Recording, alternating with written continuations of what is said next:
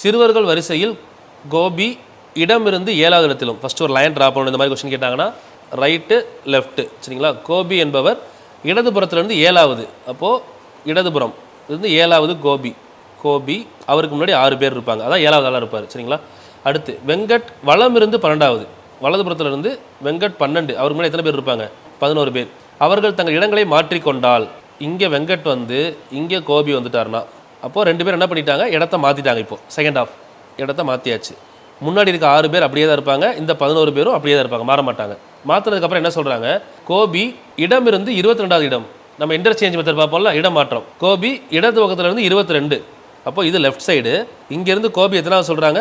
22. அப்போது கோபின்றவர் ஒரு ஆள் தான், அவருக்கு முன்னாடி 21 பேர் இருப்பாங்கல்ல, பின்னாடி எத்தனை பேர் இருக்காங்க? 11. அப்போ 21 + 1 22, 22 + 11 33 பேர். ஆப்ஷன் டி இஸ் கரெக்ட்மா. D is exactly correct. Okay, 66க்கு டி கரெக்டு. 33